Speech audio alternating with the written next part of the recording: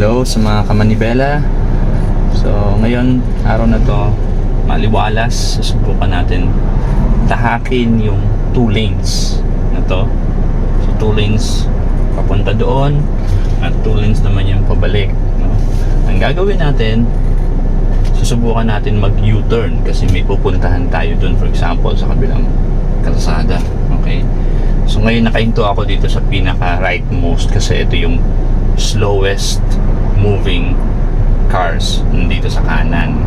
So kung gusto nyo huminto, pwede kayo huminto sa pinaka rightmost na kalsada. Okay, so ngayon kabukas ng aking makina, ang gagawin ko ay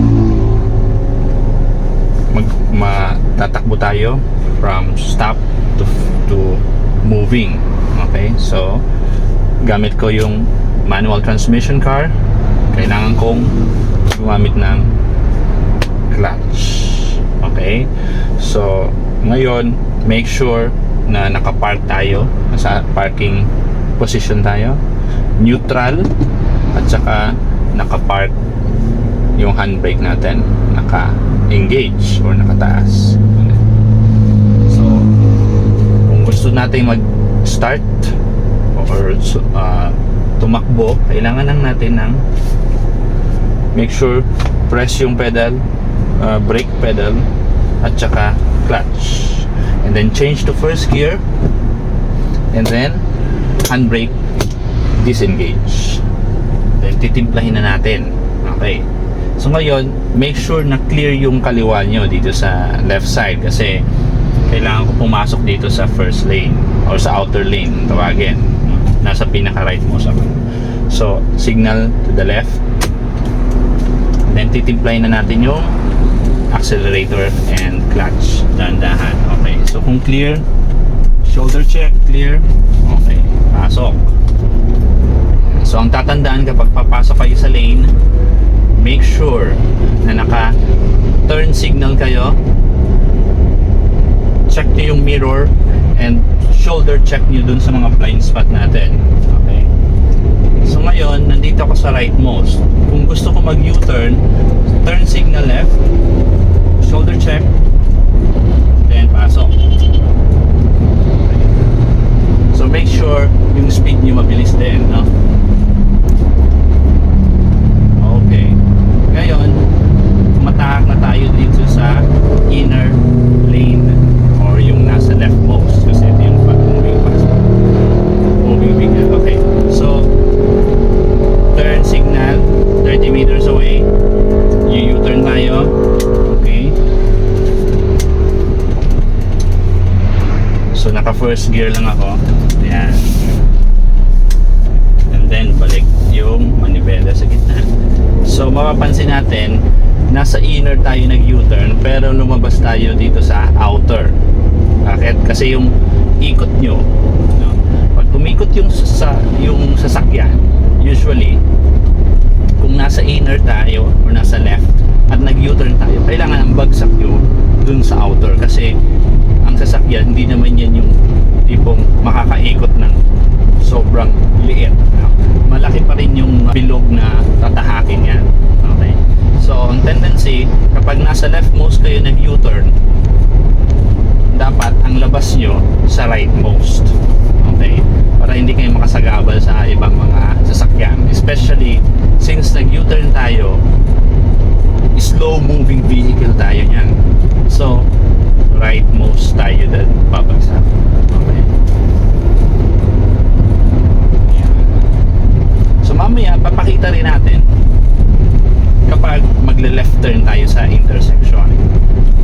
So sa left turn intersection naman, makikita natin iba yung concept kapag nagtahak tayo ng left. So ngayon nag-right muna ako, no? Okay, so right, straight to right lang ako. Alright, so nasa outer lane lang ako ngayon. Ngayon pag nakikita na natin yung intersection sa unahan, okay, ayan, nakikita ko na dito mga 200 meters away. So mag turn signal left na ako,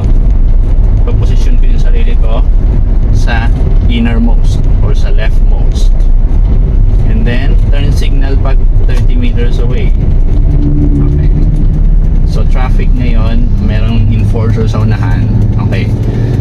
So, magkaantay tayo. Naka-neutral lang ako ngayon.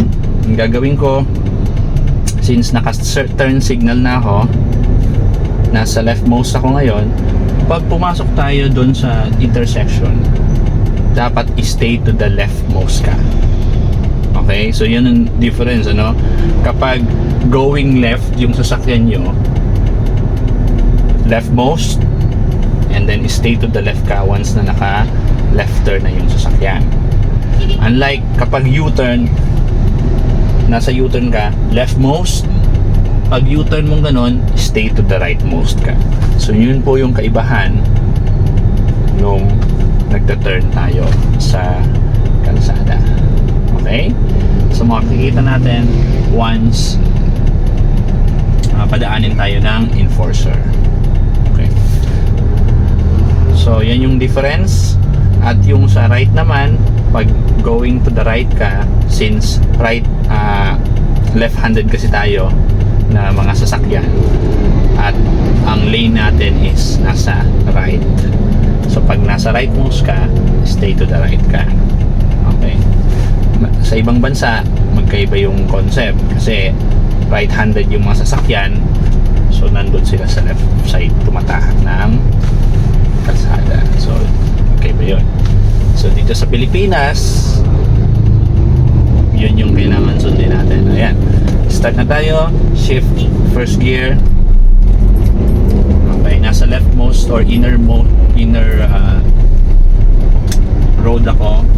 Paglabas ko dito, stay to the inner lane.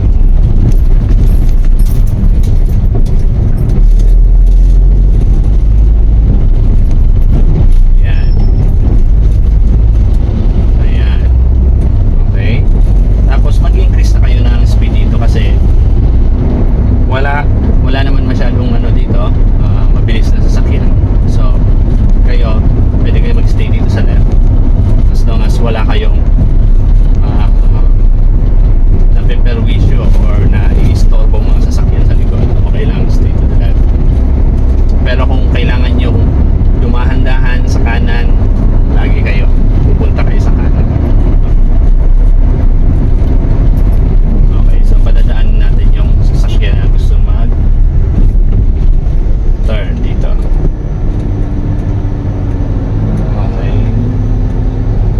Okay, kung clear, continue.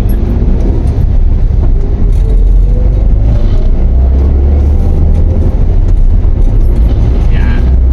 So, dire-diretso lang. Tapos, kailangan ko huminto sa kanan or punta ako ng right. Turn signal ako. Malayo pa lang, kailangan mag-turn signal na kayo. Sa kanan, nasa slow lane ako. So ito naman, 3 lanes yung tinatahak. Okay. Ayan. Ayan. And then, papag ako sa kanan. Ayan. Okay, ganun lamang po. Salamat.